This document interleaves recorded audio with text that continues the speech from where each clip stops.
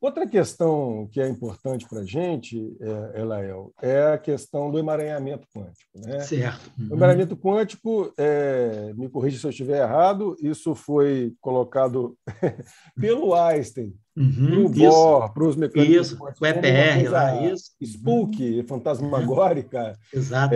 da mecânica quântica. Ele falou, isso aí não pode estar certo, uma simultaneidade na natureza, Sim, né? sim, exatamente. E o Bohr, na época ali, década de 20, se não me engano, falou assim, não, é isso mesmo. Sim, Só que naquela época eles não tinham ferramental de prova de laboratório para dizer se era ou se não era. Acho que o John Bell, na década de 60, deu uma formulação matemática.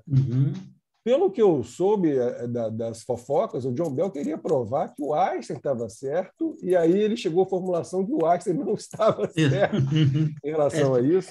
E nos anos 80, o Alan Aspect também querendo provar que o Einstein estava certo, mas chegou à conclusão que ele não estava certo em relação a esse aspecto específico, né?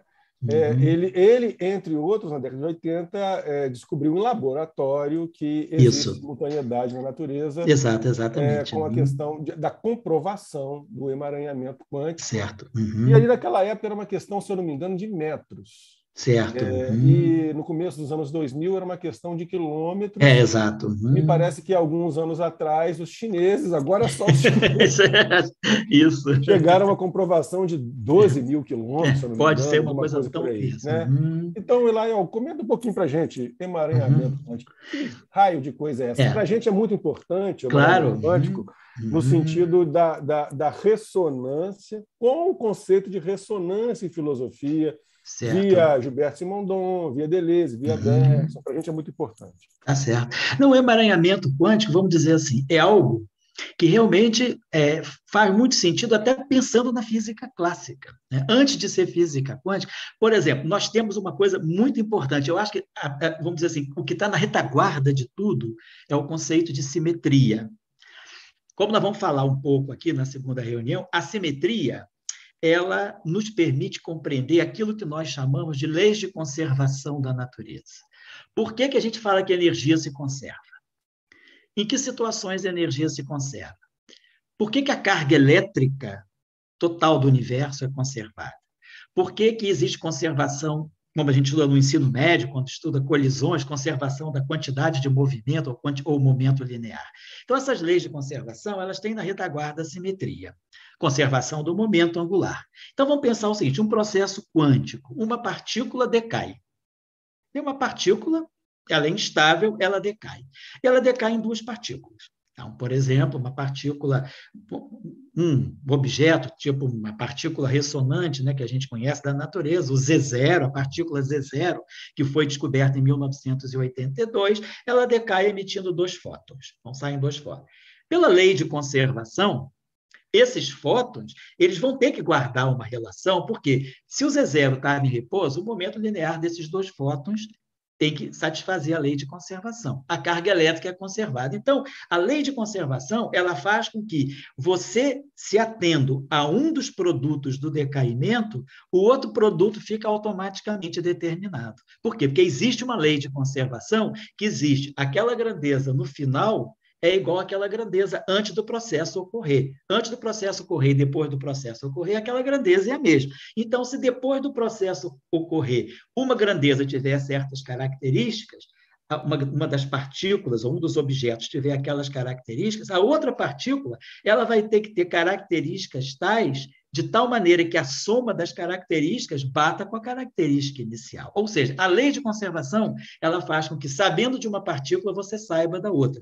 O emaranhamento quântico ele vai nessa direção. Você tem um sistema quântico. Você fazendo medidas em um sistema, você poderia dizer, bom, esse sistema não tem nada a ver com aquele. Mas, ao fazer medidas num sistema, você automaticamente já sabe o resultado das medidas que você vai fazer no outro sistema. Então, o emaranhamento ele também está ligado às simetrias, né? Então, por exemplo, essa discussão do emaranhamento, que aí você vai ver, bom, o emaranhamento pressupõe uma instantaneidade, porque do momento que você sabe o que está acontecendo aqui, você automaticamente já sabe o que está acontecendo no objeto num sistema que está muito afastado do sistema que você está medindo. Então, essa discussão é uma questão importante na mecânica quântica. Uma formulação muito interessante para isso, inclusive, algumas formulações de mecânica quântica, elas vieram no sentido de trazer, talvez, uma compreensão melhor do emaranhamento. De novo, eu tive aula com um professor chamado Giancarlo Ghirardi, ele era italiano, ele era professor da nossa escola de doutorado. E ele tem uma teoria, ele lançou uma teoria que ficou muito famosa nos anos 90, que é uma teoria, uma interpretação da mecânica quântica, uma formulação da mecânica quântica chamada localização espontânea.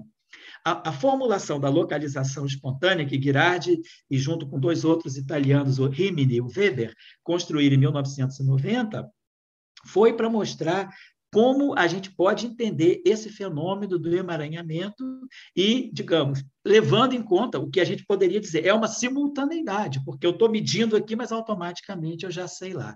Então, eu diria o seguinte, para uma pessoa que não é muito vivenciada com a mecânica quântica, parece que isso é uma propriedade assim, muito intrínseca ao sistema quântico. Mas a gente deve pensar o seguinte, na física clássica, as leis de conservação, elas já amarram, né, digamos assim, elas já amarram as propriedades de um sistema à propriedade do outro sistema independente, se esses dois sistemas forem provenientes de um mesmo decaimento.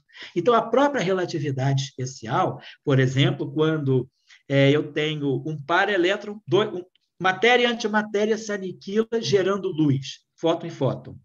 Quer dizer, esse fóton e fóton que saem, eles já trazem uma série de quantidades que são conservadas antes deles aparecerem. Então, se essas grandezas são conservadas, as medidas de um, elas têm que se adequar com as medidas do outro para essa lei de conservação não ser violada. Carga elétrica, energia, momento linear. Então, o emaranhamento... Agora, na mecânica quântica, a gente tem um pouco de dificuldade de perceber isso por causa do princípio da incerteza.